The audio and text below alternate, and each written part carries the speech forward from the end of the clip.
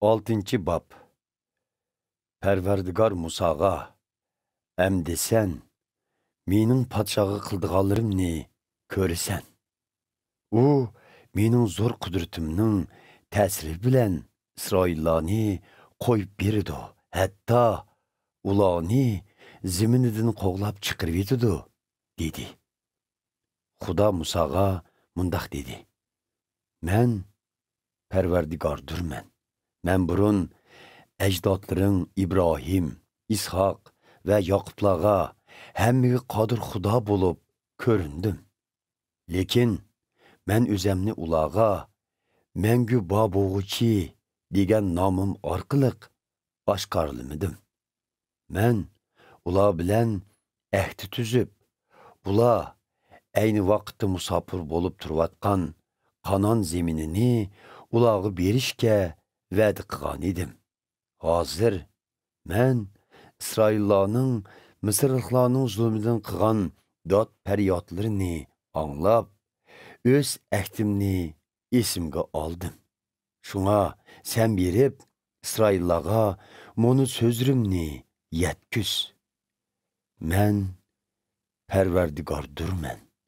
Mən sizlərni Mısırlıqlarının eğir əmgəklərdən azad qılımən. Sizlərni qulluqdan hörlükке eriştirmən. Mən zor qudretimni köstüb, sizlərni qutquzumən. Mısırlıqlarını qattıq cazalayımən. Sizlərni öz xalqım qılımən. Mən sizlərnin Xudayınla bolımən. Mısırlıqlarının qulluğudan qutulgan vaxtınla da bu işni menin pərverdigarınla boğan Xudanın qılğanlığını bilisile. Mən sizlərni əcdadlarınladın İbrahim, İshak və Yaqublağa beşki qəsəm qıgan ziminğa elip barımən. O yani sizlərə ziminliqqa berimən. Mən pərverdigardırmən. Musa bu sözlərini İsraillağı yetküzdü. Lekin eğir qulluq azavıdın ruhlansızlanğan İsrailla onun sözge kulaq samidi. Pərverdigar Musağı yenə, sen padişahının yeniği berip, onunğa İsraillanın Mısır'dan çıkıp ketişige yol koyuşni eğitkin, dedi. Musa pərverdigarının aldıda, sözümge İsrail'la kulaq samıgan yede, Mısır padişahı qandaqmı kulaq sasın. Onun üstige mən bir tili eğir adam tutsam, deb cevap qaytırdı.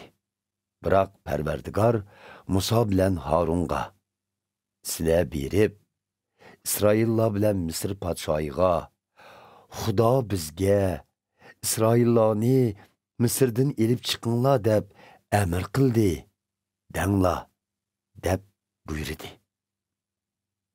Tövəndikile bir qism İsrail qabillərinin aile başlıqları. Yaqub'nun tuncu oğlu Ruben'nin oğulları. Hanuh, Pallu, Hesron ve Karmi. Uladın Ruben qabilesinin tarmaq cəmətləri meydan geldi. Şimon'un oğulları Yemuil, Yamin, Ohad, Yakin, Sohar ve Kananlık ayaldın boğan Şaul. Uladın Şimon qabilesinin tarmaq cəmətləri meydanğı geldi. Lavi'nin Gershon, Kohat ve Merari isimli 3 oğlu bulup, ula Lavi qabilesindeki tarmaq cəmətlərinin atları idi. Lavi 137 yıl ömür kördü. Gershon'un Livni ve Şimei isimli 2 oğlu bulup, uladın Lavi qabilesinin tarmaq cəmətləri barlıq geldi. Kohat'nın Amram, Yishar, Hebron ve Özil isimli oğulları bulup, Kohat 133 yıl ömür kördü. Merarının Mehli ve Moshi isimli ikki oğlu var idi. Yuqorqilar Lavi qabilasining tarmoq jamoatlaridir. Amram öz hammasi Yokabetni emriga olgan edi. U Harun bilan Musoni tug'di. Amram 137 yil ömür ko'rdi. Yisxarning Korah, Nefeg ve Zikri isimli 3 oğlu bor edi. Özülning Mishail, Elsafan ve Sitri isimli 3 oğlu bor edi. Harun Naqshonning singlisi Aminadabning qizi Elishabani emriga oldi. Elishaba Harunga Nadab, Abihu, Eliazar ve İtamar isimli 4 oğul tug'ib berdi. Korah'tin Assir, Elkana, Abi Asaf isimli 3 oğul töreldi. Ular Korah qabilasidagi tarmoq jamoatlarning otlari bo'ldi.